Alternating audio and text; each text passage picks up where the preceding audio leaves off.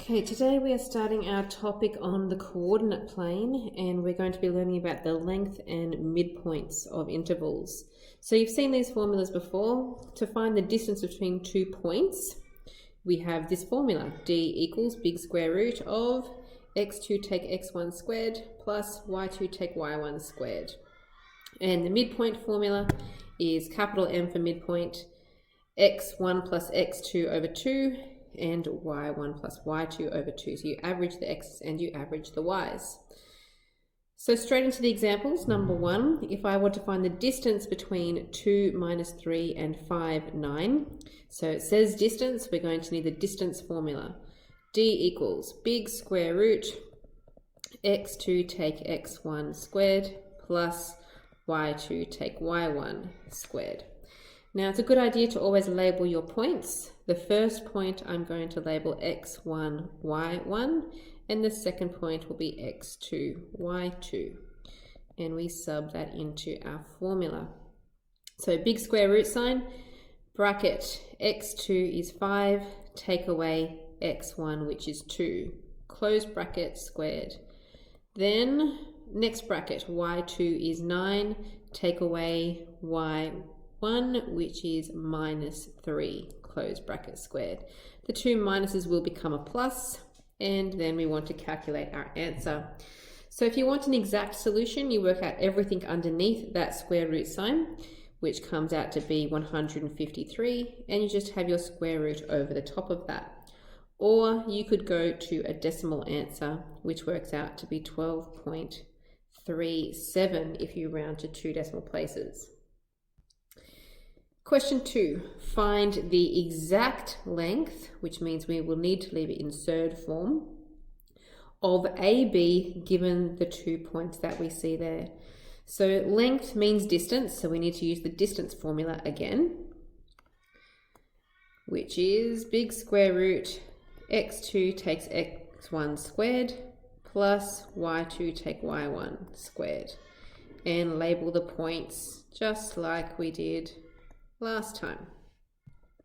Sub into the formula. x2 is minus 1 minus x1, which is 1, close bracket, squared, plus y2 is minus 2 minus y1, which is minus 4. So again, we have the two minus signs in there, which will make a plus. Because we definitely need the exact length this time, you need to calculate everything underneath that square root sign, which comes out to be an 8. So square root of 8. But please remember to always simplify your surds where possible. Square root of 8 can be broken into square root of 4 times square root of 2. And the square root of 4 is 2. So 2 square root 2 for the answer. Question 3, find the midpoint of the point 2 minus 3 and 5, 9. So midpoint means we want the midpoint formula, which is M equals x1 plus x2 over 2, comma, y1 plus y2 over 2. We label the points just like for the distance formula, x1, y1, x2, y2. Sub in, x1 is 2 plus x2 is 5, all over 2. So you average the x values. Then you want to average the y values. So that's minus 3 plus 9 over 2. Now you have to calculate each fraction separately. You can do it on your calculator if you like. 2 plus 5 is 7, and 7 divided by 2 is 3.5. And the second fraction, minus 3 plus 9 is 6. 6 divided by 2 is 3. So the midpoint is 3.5, 3. Question 4 on the next page, it says to consider M, which is the midpoint of AB. Find B if A equals 1 minus 4 and M equals minus 1 minus 2. So to do this question, when we're actually going backwards, we have the midpoint and we want to find one of the other points, it's easiest to do this from a diagram. So here is my interval that I'm talking about, which is the interval AB. A has the coordinates 1, minus 4. B, we don't know the coordinates yet, so I'm just going to call them x and y.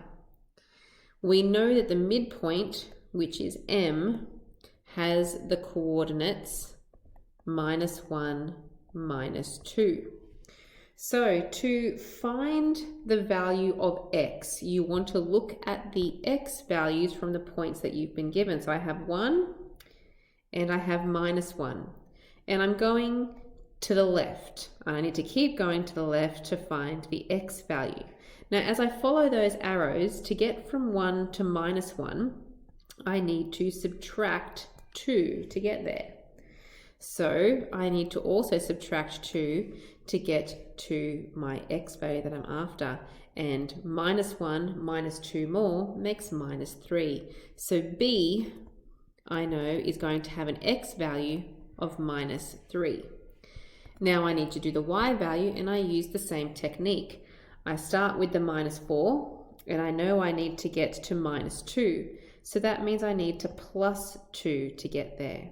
So I plus 2 again. Minus 2 plus 2 gives me my y value, which is 0. Question 5. The interval joining the points A and B is a diameter of a circle. Find for this circle the center. So we don't know the equation of the circle or much information at all, but we know we have a circle where A is on one side and B is on the other, and we're trying to find the center, C. So that is a midpoint. So my midpoint formula. Now, I won't write the whole formula out again because by now, hopefully, we remember it. To find the midpoint, you want to add the x values together. So that's 2 plus minus 8. So that's 2 minus 8 over 2. And average the y values. So minus 3 plus 5 over 2.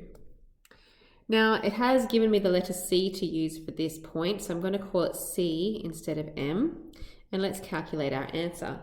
2 minus 8 is minus 6. Divided by 2 is minus 3. Minus 3 plus 5 over 2 makes a 1. So the midpoint or the center of that circle has coordinates minus 3, 1. To find the radius, I need to know the distance from the center of that circle to the edge. So I'm going to find the distance from A to C. So distance formula is going to be equal to A, remember, is up here, and C is the one I've just found. So the formula starts by subtracting the x values. So from the center, I had minus 3, and I subtract the other x value, which was 2, close bracket squared. Then the y values. The first one was 1, subtract the second one, which was minus 3, close bracket squared. Now, I should be calling this R for radius, and we want to find that out as an answer. So let's leave it exact because we have more of the question to do here.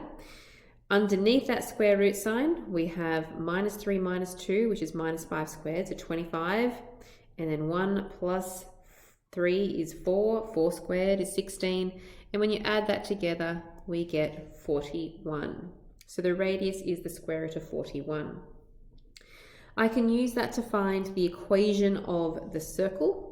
Remember that a circle that does not have its center on the origin is x minus h in brackets squared plus y minus k in brackets squared equals the radius squared. The h and the k simply come from our center, which is up here, and we also need our radius. So we're going to sub those in. So h is the x value, which is minus 3. So the two minuses will make a plus. It becomes x plus 3 squared. Plus, then the y value is going to be y minus, and my y value was a 1, so y minus 1 squared equals, the radius is the square root of 41, but I need to square that. When you square a square root, it simply becomes 41. So that is the equation of the circle. There's no need to expand that out. we're finished. So you need to have a look at exercise 7A.